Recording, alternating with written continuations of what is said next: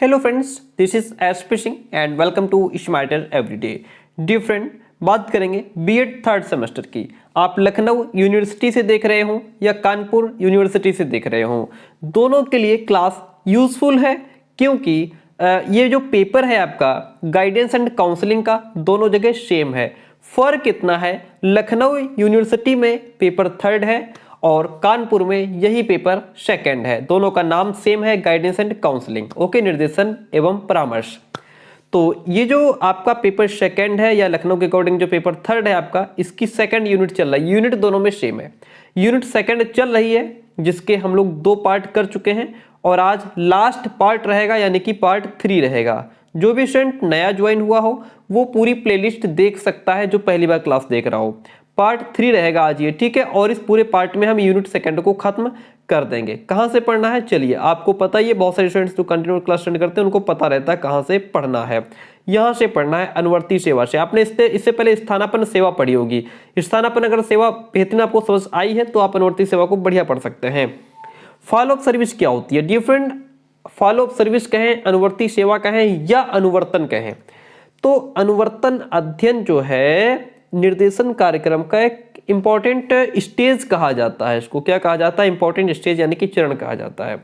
यह हमें बताता है कि एक नौकरी में जब जो है नियुक्त जो व्यक्ति होता है उसमें ठीक ढंग से काम कर रहा है या उसके सही नौकरी ढूंढने में जो हमारी ऊपर वाली जो हम स्थानापन्न सेवा पढ़ रहे थे, वो स्थानापन्न जो सेवा है वो कहाँ तक सफल रही है।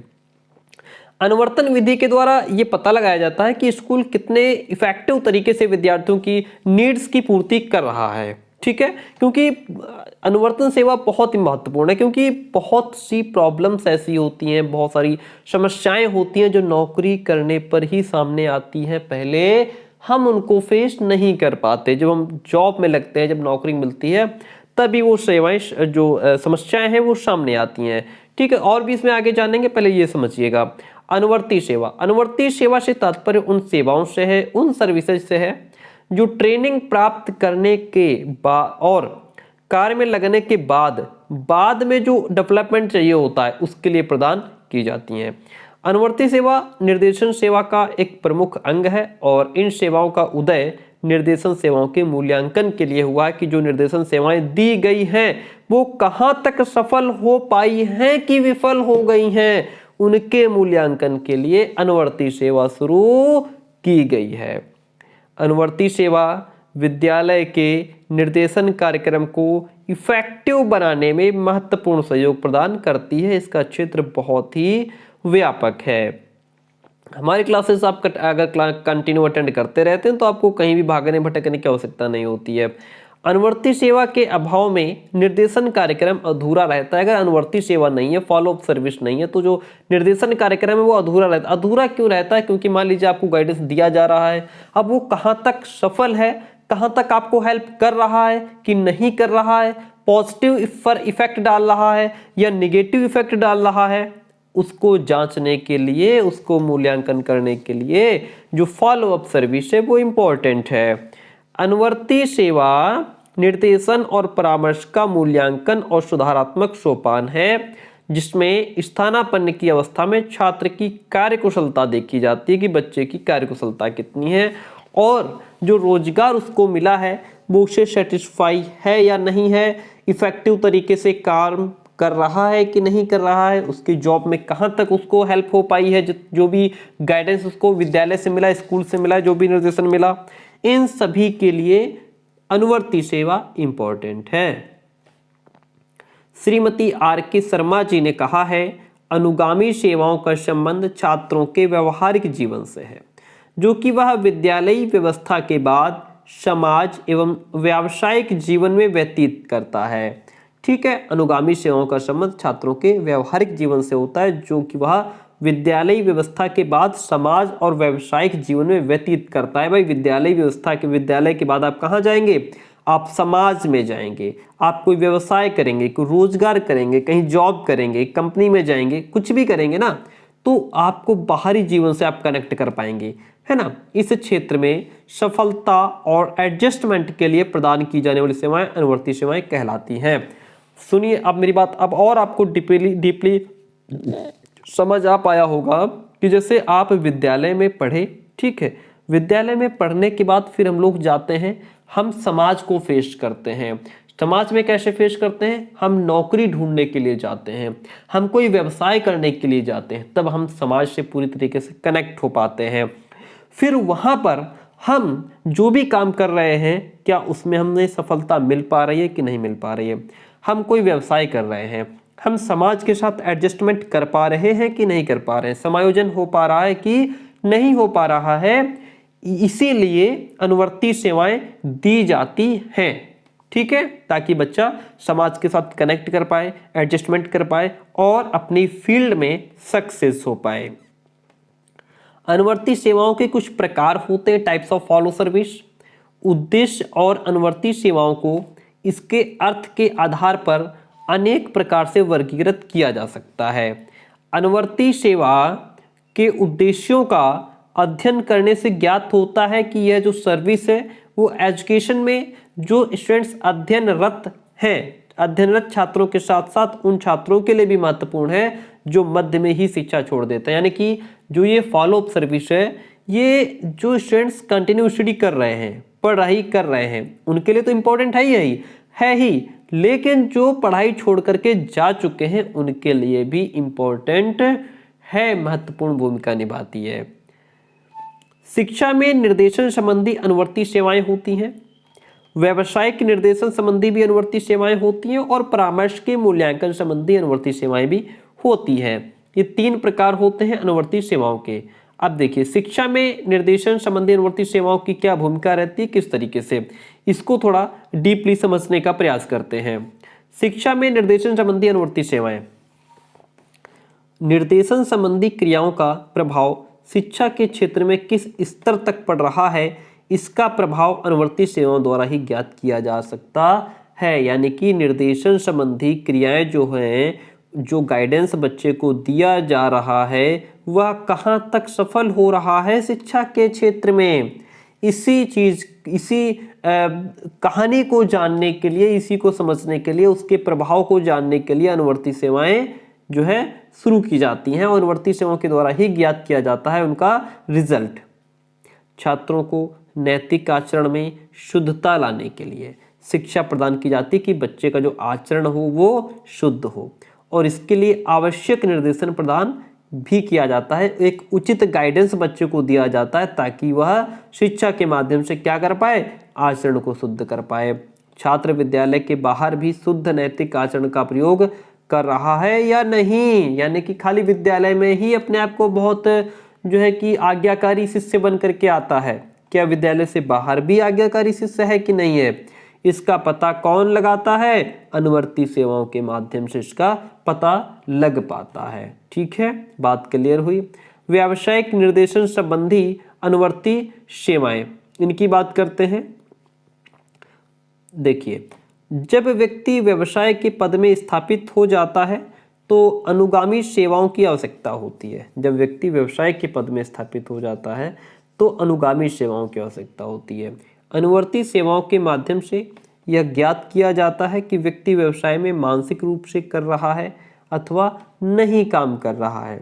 व्यक्ति व्यवसाय में कुसमायोजन का अनुभव तो नहीं कर रहा है, ऐसा तो नहीं कि वो समाज के साथ कनेक्ट नहीं हो पा रहा है, समायोजन नहीं कर पा रहा है, एडजस्टमेंट नहीं कर पा रहा है और उसे जो है प्रॉब्लम्स फेस करनी पड़। जब हम लोग समायोजन नहीं कर पाते हैं तो एक कुंठा, एक दर्द, एक पीड़ा हमारे अंदर रहती है ना, हम चिंतित रहते हैं, हम लोगों से लड़ झगड़ जाते हैं।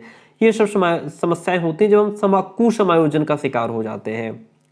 परामर्श के मूल्यांकन संबंधी अनुवर्ती सेवाएं, प्रत्येक व्यक्ति के जीवन परामर्श का महत्वपूर्ण स्थान है।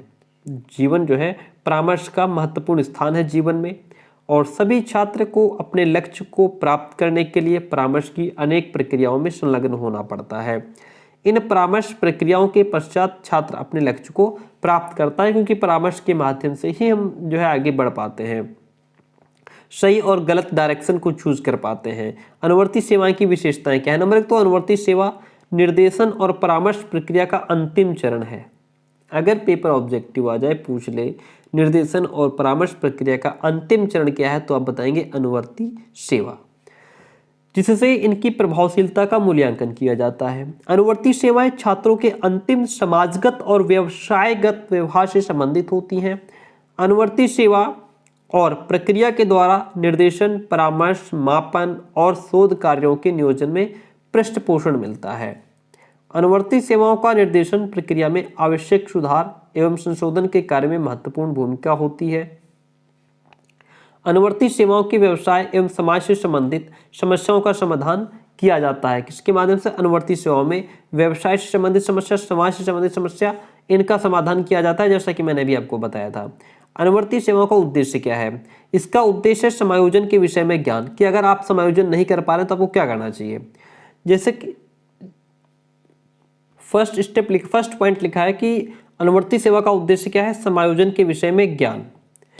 अनुवर्ती सेवा के माध्यम से जो परामर्शदाता होता है या टीचर होता है, वो अपने छात्र की, किसकी? अपने छात्र की शैक्षिक, व्यावसायिक और व्यक्तिगत क्षेत्रों में कहां तक समायोजन कर सका है, इसकी जानकारी प्राप्त करना, यह अनुवर्ती सेवा का उद्देश्य है। इसके बाद अनुवर्ती सेवा के द्वारा छात्र को समायोजन स्थापित करने के लिए सहायता प्रदान की जाती है। यहाँ पे छात्र की है, ठीक है, छात्र की शैक्षिक, व्यावसायिक और व्यक्तिगत।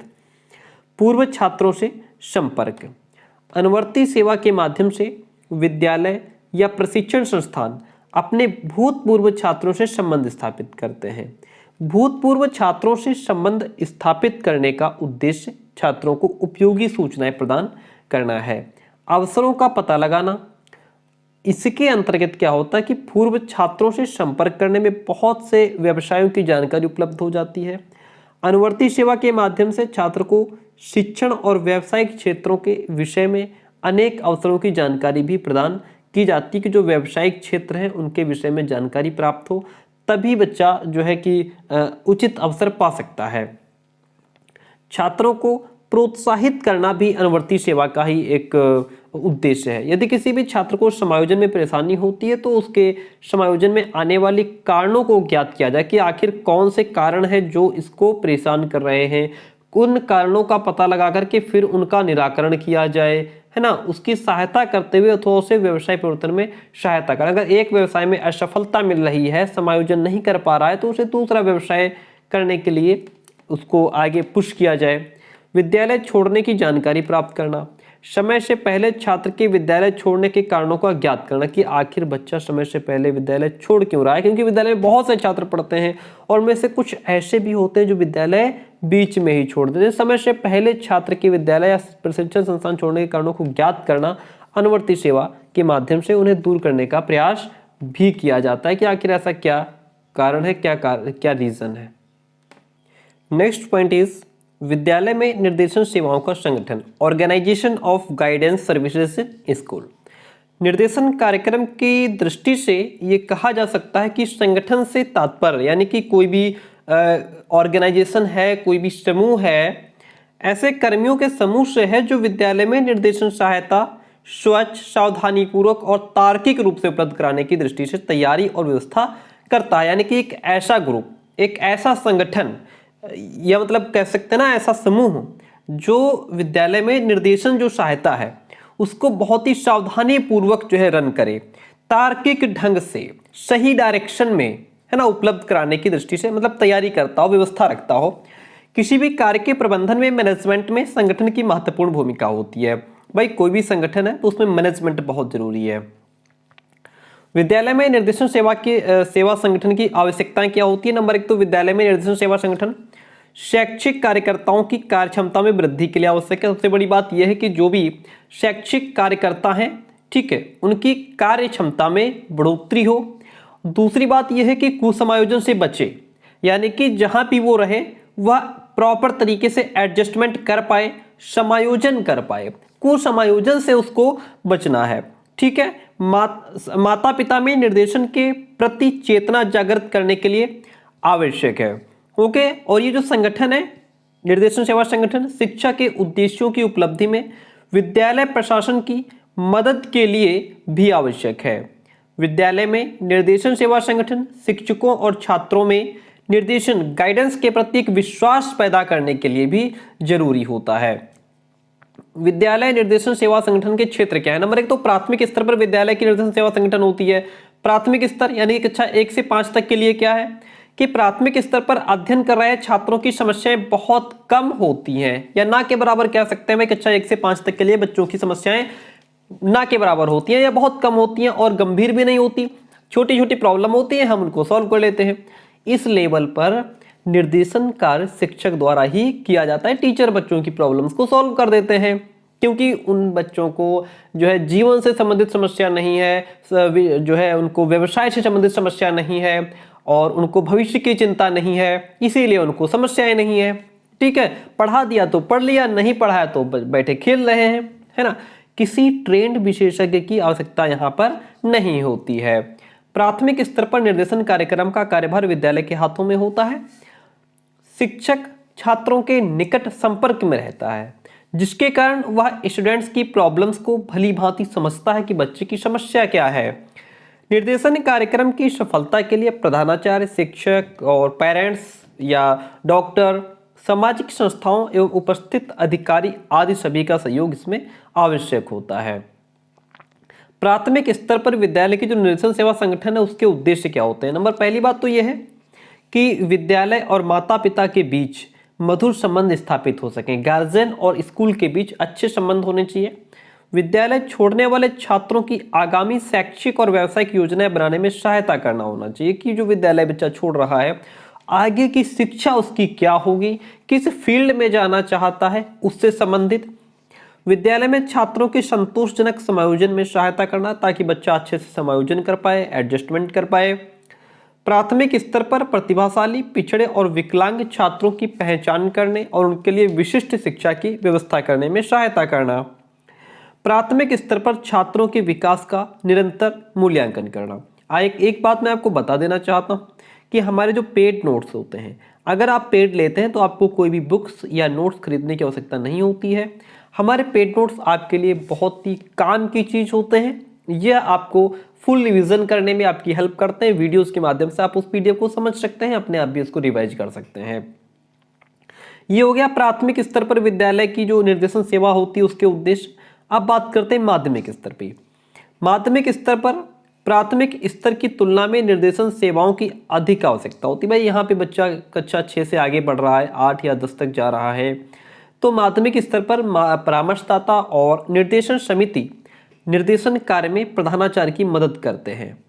और इस लेवल पर टीचर को पेरेंट्स और जो गाइडेंस समिति है उससे संपर्क स्थापित करना होता है। निर्देशन कार्य में मुख्य स्थान आपका निर्देशनकर्ता का होता है, जो गाइडेंस देता है, निर्देशन करता होता है।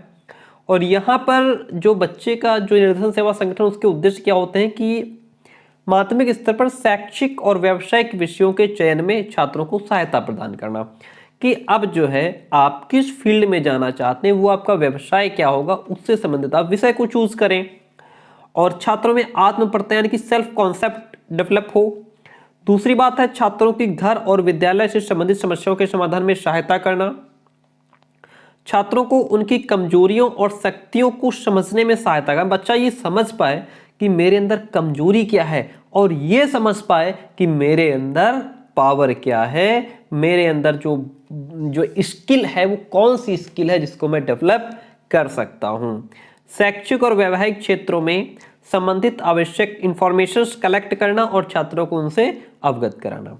अब बात आती है उच्च माध्यमिक स्तर पर विद्यालय निर्देशन सेवा संगठन।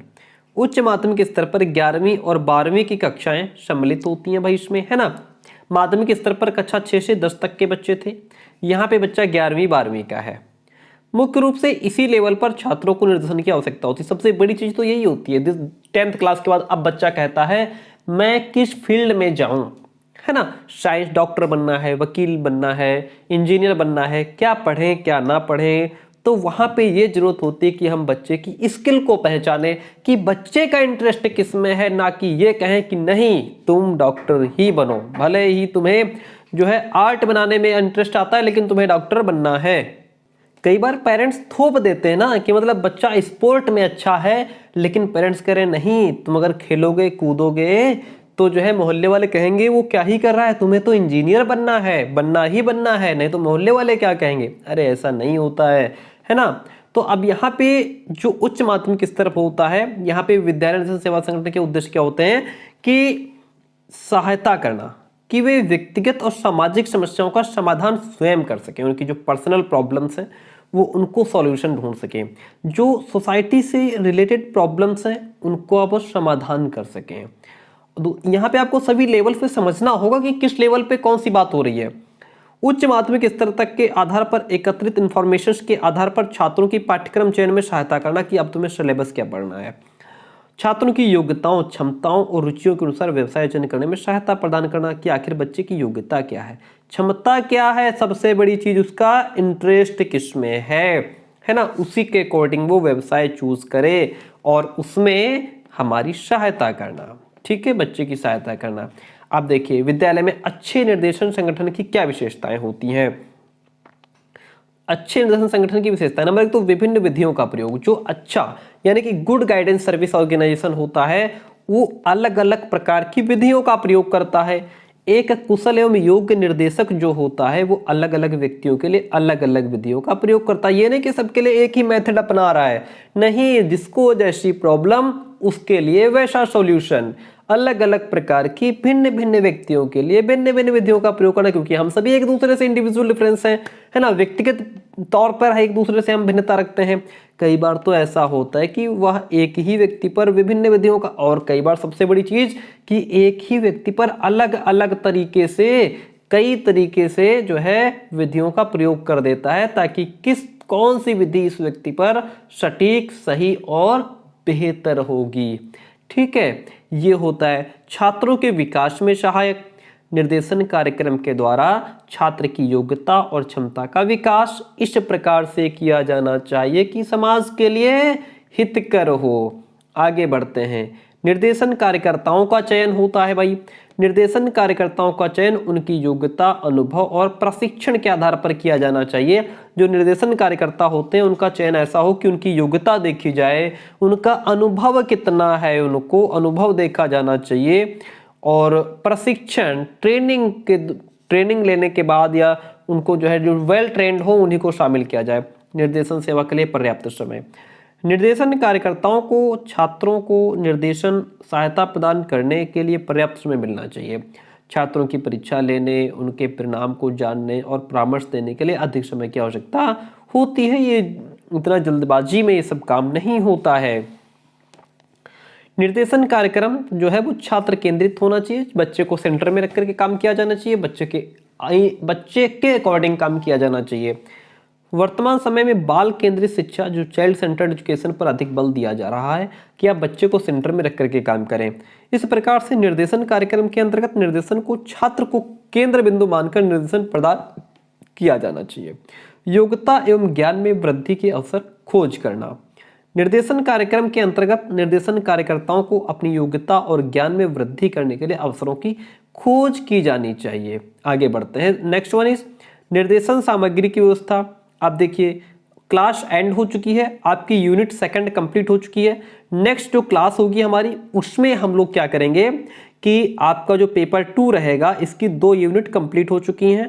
प्लेलिस्ट पूरी देख लीजिएगा, ठीक है। और नेक्स्ट क्लास में हम लोग यूनिट 3 शुरू करेंगे। ओके, जो नेक्स्ट क्लास होगी उसमें यूनिट 3 शुरू करेंगे। सबसे बता दीजिए, अपने दोस्तों से जो भी हो उनसे बता दीजिए क्लासेस चल रही हैं, फटाफट अटेंड करते रहें।